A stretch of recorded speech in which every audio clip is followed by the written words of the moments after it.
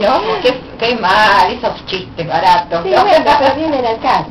Vienen al caso. Esta disciplina es tan amplia y tan abarcativa y es tan sistémica que en algún lugar hay que fragmentarla, aunque nada está fragmentado, todo está unido, pero con el fin de aprender un poco y sacarle jugo y provecho a esta disciplina, hay que fragmentarla. Como siempre aclaramos, esto es una disciplina, es científico, por supuesto, ¿no? Sí, esto no tiene nada que ver con los brujos, ni predictivo, ni nada por el estilo, nada por el estilo. Primero que fue creada por un matemático y un lingüista y psicólogos, y ha hecho, no sé, muchos aportes a antropólogos sumamente famosos como Gregory Bateson. Hay enormes maestros que siguen aportando cosas a esta disciplina porque es muy dinámica.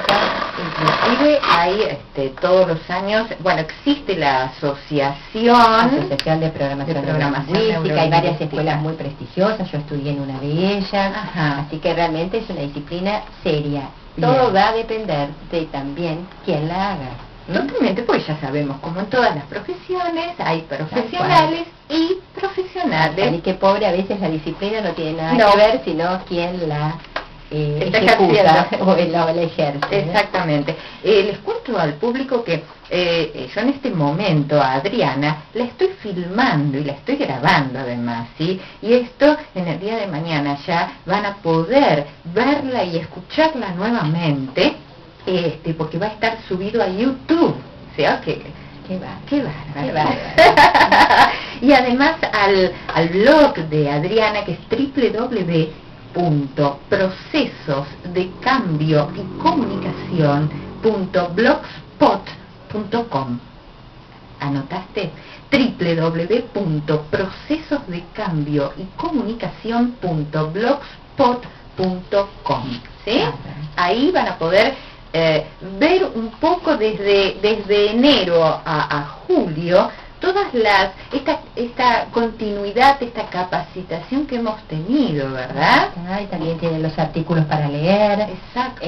Pueden mandarme mails si necesitan algún tipo de consulta, o sea que ahí tienen todo lo que fuimos viendo hasta ahora. Bien. Y si querés, hacemos un resumen de lo que vimos.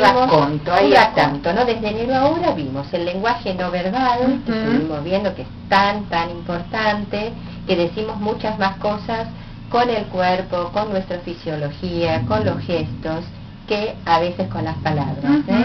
Y también pasa que si las palabras y los gestos y nuestra fisiología no está alineada, o sea, no está armonizada, por lo general le creemos más al lenguaje no verbal. ¿Qué tema? Exacto, qué tema. Así que bueno, eso también lo pueden leer, pueden ir observándose. Todo esto que estamos hablando y lo que hablemos de ahora en más es lo que las personas hacemos. Es lo que se puede encontrar al observar a alguien.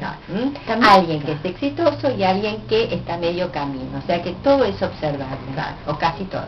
También estuviste viendo el tema de qué escuchamos. Por supuesto, también que escuchamos, escucha activa, que significa escuchar activamente al otro, que sirve muchísimo para cualquier tipo de intercambio que hagamos con alguien, ya sea nuestra pareja, nuestros amigos. Decir eso, ¿no? Esto no es solo lo que estamos diciendo para aplicarlo a nuestros emprendimientos. No, por supuesto. También con nuestra pareja y con nuestros amigos. Exactamente, ¿o no? Tal cual. Y si empezamos no importa por dónde empecemos a aplicar esto, es como esto, te digo, que es un sistema, inexorablemente cuando hacemos un cambio, todo se empieza a mover. Todo se mueve. Así que bueno, escuchar activamente al cliente es muy importante. En una negociación, el buen negociador, los que saben bien, han negociado exitosamente, si se observan qué es lo que hace el buen negociador, una de las características es escuchar activamente al otro. ¿Y esto qué significa? Estar con el que está negociando y no con nosotros. O bueno, está explicitado bien en el artículo. Exactamente. Así que es muy importante esto de dejar de estar con nosotros para estar con el otro. Y esto es otra de las características de entrar en sintonía con otra persona.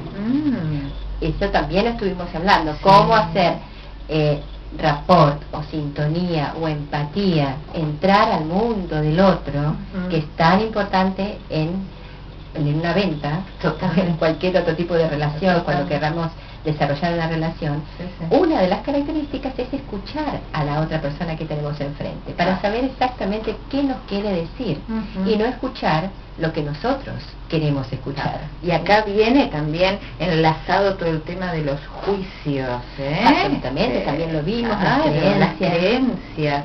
Las creencias es uno de los filtros, porque en realidad lo que también hicimos aquí fue, bueno, esto, cómo se forma nuestro mapa o modelo mental, ¿no? Y este mapa o modelo mental, que es distinto en todos, en cada uno de nosotros, tiene cosas en común, y se va formando con distintas cosas. Una de los filtros que se va formando, este mapa, que no es el territorio. ¿Sabes que esa frase es como un sello realmente? Pero es mía, que es de Korsitsky.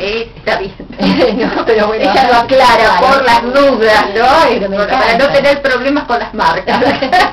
Sí, porque aparte es muy interesante, porque en realidad nosotros